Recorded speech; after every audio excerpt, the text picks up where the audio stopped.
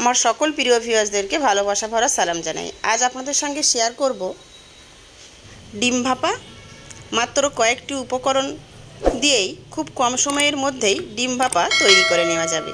গরম ভাতের সঙ্গে খেতে দুর্দান্ত মজার। তাহলে আসুন অত্যন্ত সহজ ডিম ভাপা রেসিপিটি দেখে নেওয়া যাক।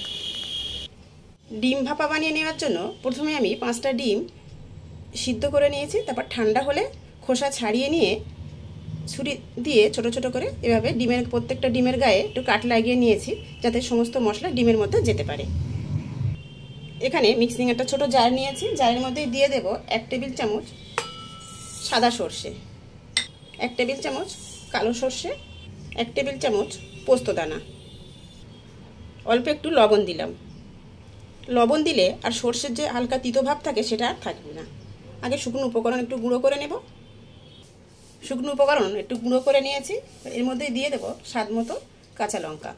আমি 3টে কাঁচা লঙ্কা দিয়ে দিলাম। আর দেব 2 টেবিল চামচ কোরানো নারিকেল। বাড়িতে যদি নারিকেল থাকে তাহলে অবশ্যই দেবেন। নারিকেল কোড়াটা দিলে ডিম ভাপাটা টেস্টটা দারুণ হবে। তবে নারিকেল কোড়া ছাড়াও বানিয়ে নিতে পারবেন।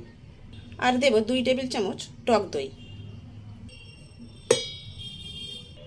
অল্প একটু জল দিয়ে দিলাম 1 টেবিল চামচ মতো, দিয়ে একটা মিহি পেস্ট বানিয়ে নেব। পেস্ট বানিয়ে রেডি করে নিয়েছি। একটা স্টিলের টিফিন বক্স নিয়েছি। স্টিলের টিফিন বক্সের মধ্যে পেস্টটা সব দিয়ে দেব। টিফিন বক্সের মধ্যে দিয়ে দেব স্বাদ মতো লবণ, স্বাদ মতো চিনি, অল্প একটু হলুদ গুঁড়ো দিয়ে দিলাম। দেব 2 টেবিল চামচ সরিষার তেল।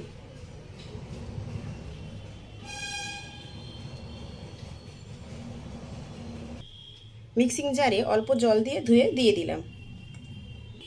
একবার ভালোভাবে মিশিয়ে নিতে হবে। মিশিয়ে নেওয়ার পর আগে থেকে সিদ্ধ করে রাখা ডিমগুলো সব দিয়ে দেব।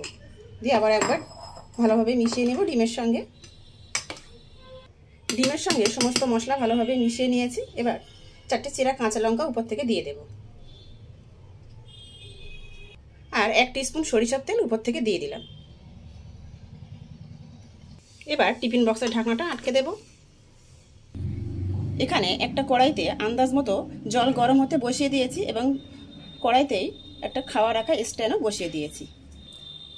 এবার টিফিন বক্সটা আস্তে আস্তে স্ট্যান্ডের উপরে বসিয়ে দিতে হবে।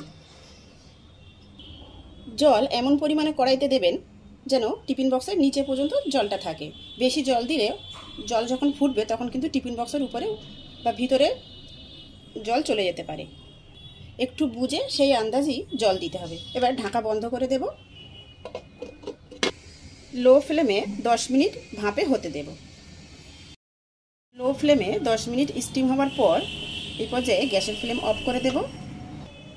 এইভাবে আরও 10 থেকে 15 মিনিট রাখবো। একটু ঠান্ডা হয়ে এলে তারপর টিফিন বক্সটা উঠিয়ে নেব। 15 মিনিট পর ঢাকা খুলে নেব। খুলে নিয়ে আস্তে আস্তে টিফিন বক্সটা উঠিয়ে নিতে হবে। একটু ঠান্ডা হয়ে এলে টিফিন বক্সের ঢাকনা খুলে নিলাম। রেডি হয়ে গেল ডিম ভাপা। চামচ দিয়ে একবার মিশিয়ে দিলাম। কাঁচা সরিষার তেল, ধনে পাতা কুচি উপর দিয়ে একটু ছড়িয়ে দিলাম। আপনারা কাঁচা সরিষার তেলের ফ্লেভার যদি পছন্দ করেন তাহলে অবশ্যই দেবেন, না হলে দেবেন না। এবার গরম ভাতের সঙ্গে সার্ভ করে নেব। আশা করি একটু হলেও রেসিপিটি আপনাদের ভালো লেগেছে। ভালো লেগে থাকলে ভিডিওটিতে লাইক দেবেন। নতুন বন্ধু হলে ইউটিউব চ্যানেলটি সাবস্ক্রাইব করবেন আর ফেসবুক পেজটি ফলো করার অনুরোধ রইল। ভিডিওটি শেষ পর্যন্ত দেখার জন্য সবাইকে ধন্যবাদ।